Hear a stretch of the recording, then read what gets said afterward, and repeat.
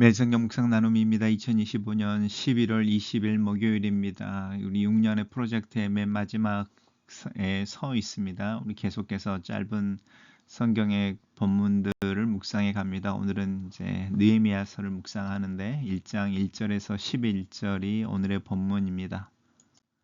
본문을 읽습니다. 하갈의 아들 느헤미야의 말이라. 아닥사스다 왕 제20년 기슬르월에 내가 수산궁에 있는데 내 형제들 가운데 하나인 하나니가 두어 사람과 함께 유다에서 내게 이르렀기로 내가 그 사로잡힘을 면하고 남아있는 유다와 예루살렘의 사람들의 형편을 물은즉 그들이 내게 이르되 사로잡힘을 면하고 남아있는 자들이 그 지방 거기에서 큰 환난을 당하고 능욕을 받으며 예루살렘 성은 허물어지고 성문들은 불탔다 하는지라. 내가 이 말을 듣고 앉아서 울고 수일 동안 슬퍼하며 하늘의 하나님 앞에 금식하며 기도하여 이르되 하늘의 하나님이여 여호와 크고 두려우신 하나님이여 주를 사랑하고 주의 계명을 지키는 자에게 언약을 지키시며 긍휼을 베푸시는 주여 간구하나이다. 이제 종이 주의 종들인 이스라엘 자손을 위하여 주야로 기도하며 우리 이스라엘 자손이 주께 범죄한 죄들을 자복하오니 주는 귀를 기울이시며 눈을 여시사 종의 기도를 들으시옵소서. 나와 내 아버지의 집이 범죄하여 주를 향하여 크게 악을 행하여 주께서 주의 종 모세에게 명령하신 계명과 율례와 규례를 지키지 아니하였나이다. 옛적에 주께서 주의 종 모세에게 명령하여 이르시되 만일 너희가 범죄하면 내가 너희를 여러 나라 가운데에서 흩을 것이요 만일 내게로 돌아와 내 계명을 지켜 행하면 너희 쫓긴 자가 하늘 끝에 있을지라도 내가 거기서부터 그들을 모아 내 이름을 두려고 택한 곳에 돌아오게 하리라 하신 말씀을 이제 청하건대 기억하옵소서. 이들은 주께서 일찍이 큰 권능과 강한 손으로 주께서 구속하신 주의 종들이여 주의 백성이니이다. 주여 구하오니 귀를 기울이사 종의 기도와 주의 이름을 경외하기를 기뻐하는 종들의 기도를 들으시고 오늘 종이 형통하여 이 사람 앞에서 은혜를 입게 하옵소서 하였더니 그때 내가 왕의 술관원이 되었느니라. 오늘은 그때의 술관원이 되었더라라는 제목입니다.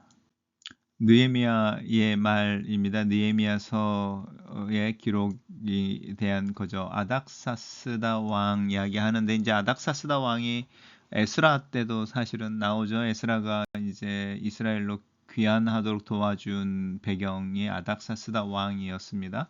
이제 유다 백성들이 고레스 때 칙령을 받아 이제 귀환할 때 이제 스룹바벨을 중심으로 스룹바벨이 유다의 총독이 돼서 스룹바벨을 중심으로 이제 1차 귀환한 백성들이 예루살렘의 성전을 재건하려고 하는 부분이 우리 학계라든지 스가랴서라든지 이제 이런 데에 있었다면 에스라가 이제 두 번째 귀환인 거죠. 에스라가 귀환하여 예루살렘 성전의 기능을 완성하고 이제 그 작동이 잘 될 수 있도록 또 하나님의 말씀을 가르치고 이제 이런 부분이라면 세 번째 귀환이 느헤미야입니다. 느헤미야를 통해서 이제 세 번째 귀환이 일어나고 예루살렘 성과 성벽이 재건되어지는 부분인데 이럴 때마다 등장하는 왕이 이 아닥사스다 왕입니다. 아닥사스다 왕은 아하수에로 왕의 아들인데요. 이제 아하수로의 왕의 부인이 우리가 잘 알고 있는 에스더입니다.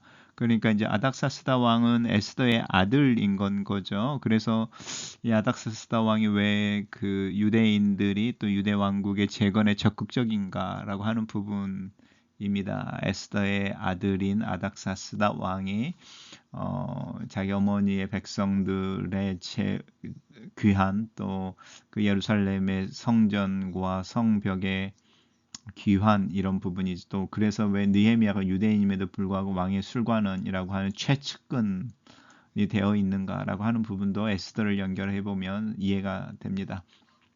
느헤미야가 이제 수산궁에 있었습니다. 술관원이었으니까 고위에 또 황제의 최측근으로 평안한 삶을 누리고 있을 때 예루살렘에서 온 이제 형제들 중에 하나니아와 몇 사람들에게 이야기를 듣고 예루살렘에 남겨진 사람들 또 돌아간 사람들도 포함이겠죠. 그 사람들의 이제 어떤 어려움들 또 예루살렘 성의 형편들에 대해서 듣고 그 말을 듣고 앉아서 울고 수일 동안 슬퍼하고 기도를 시작합니다. 금식하며 기도를 시작하는데 하나님을 부르짖습니다. 하늘의 하나님 여호와께서 크고 두려우신 여호와 크시고 두려우신 하나님 이렇게 이야기하면서 하나님이 어떤 분이신지 성품에 대해서 주를 사랑하고 주의 계명을 지키는 자에게 언약을 베푸고 긍휼을 베푸시는 주님이라고 이제 하나님을 고백해내면서 기도합니다. 근데 느헤미야의 기도는 단순히 느헤미야만의 기도는 아니죠. 주의 종들인 이스라엘을 위해서 기도하고 이렇게 기도하는 사람들이 또 많이 있었음을 알 수 있습니다.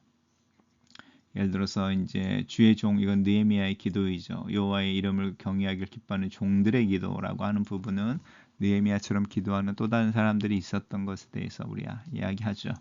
그렇게 예루살렘 회복을 위해서 기도하는 그 기도를 들어주셔서 이제 모세에게 명령하셨던 것처럼 이렇게 흩어지는 것과 이제 회복하는 것에 대한 이야기를 하면서 이제 하나님께서 회복해 주신 또 하나님의 백성, 종이고 백성인 이들을 기억해 주시기를 그렇게 기도하여 오늘 종이 형통하여 이 사람 앞에서 은혜를 얻게 하소서 하는 이 사람은 아닥사스다 왕을 의미하는 거죠. 단락을 요약해 보겠습니다. 느헤미야는 바사에서 평안한 삶을 살고 있었지만 예루살렘의 형편을 듣고 예루살렘과 이스라엘의 회복을 위해 간절히 기도한다. 이렇게 정리해 봤습니다. 하나님은 하늘의 하나님이십니다. 온 세상의 왕들도 하나님의 다스림 아래에 있습니다. 하나님이 어떤 분이신지를 분명히 알고 기도하고 있습니까? 그렇지 않다면 우리의 기도는 초점을 잃고 말 것입니다. 느헤미야는 예루살렘 재건의 열쇠가 왕의 지시나 백성들의 단결에 있는 것이 아니라 하나님께 있음을 알고 고백하고 있습니다. 하나님은 회개하고 주의 계명을 지켜 행하는 자들에게 긍휼을 베풀어 주십니다. 우리가 범죄한 그 자리에서도 죄를 자복하면 우리를 용서하시고 회복시켜 주십니다. 요즘 내 삶 속에 하나님의 자비가 필요한 부분을 고백해 봅시다. 느헤미야는 안락하고 풍요로운 삶을 살고 있었지만 자기 백성, 특히 예루살렘과 하나님의 성전에 깊은 관심이 있었습니다. 내 삶의 주된 관심사는 무엇입니까? 공동체 형편과 성도들의 삶에 관심을 가집니까? 유다의 슬픈 소식을 접한 느헤미야는 애통해했습니다. 그러나 애통해하는 데서 그치지 않고 하나님 앞에서 금식하며 기도했습니다. 공동체가 어려움에 처해 있거나 시련 중에 있다면 그 문제를 위해 기도해야 합니다. 예루살렘 성의 회파는 느헤미야와 직접적으로는 아무런 관계가 없습니다. 하지만 느헤미야는 하나님의 백성으로서 책임을 느끼고 자신의 죄로 여기고 회개합니다. 공동체의 어려움과 시련을 보면서 그것이 몇몇 사람의 잘못이 아니라 나의 잘못이기도 함을 인정하고 하나님께 고백할 수 있습니까? 느헤미야는 하나님의 약속에 근거하여 기도합니다. 막연히 간구하지 않고 하나님의 약속을 붙잡고 기도하고 있습니까? 그렇지 않으면 내 욕심에 사로잡힌 내 중심의 기도가 되기 쉽습니다. 느헤미야는 기도하면서 자신이 직접 해야 할 일도 함께 모색합니다. 그의 기도는 단순히 입술만 움직이는 기도가 아니라 실천이 따르는 기도였습니다. 글로 쓰는 기도입니다. 하나님의 마음, 하나님의 눈으로 이 상황과 현실을 보고 이해할 수 있는 믿음과 지혜를 구합니다. 내 입에서 나오는 말만의 기도가 아니라 마음과 감정에 실리고 몸으로 실천할 수 있는 기도를 하기를 기도합니다. 이 시대에 하나님이 하시는 일을 보게 하시고 그 현장에 함께 있기를 원하는 그 사모한 마음을 위해 기도하오니 하나님 나를 도우시옵소서. 예수님 이름으로 기도합니다. 아멘.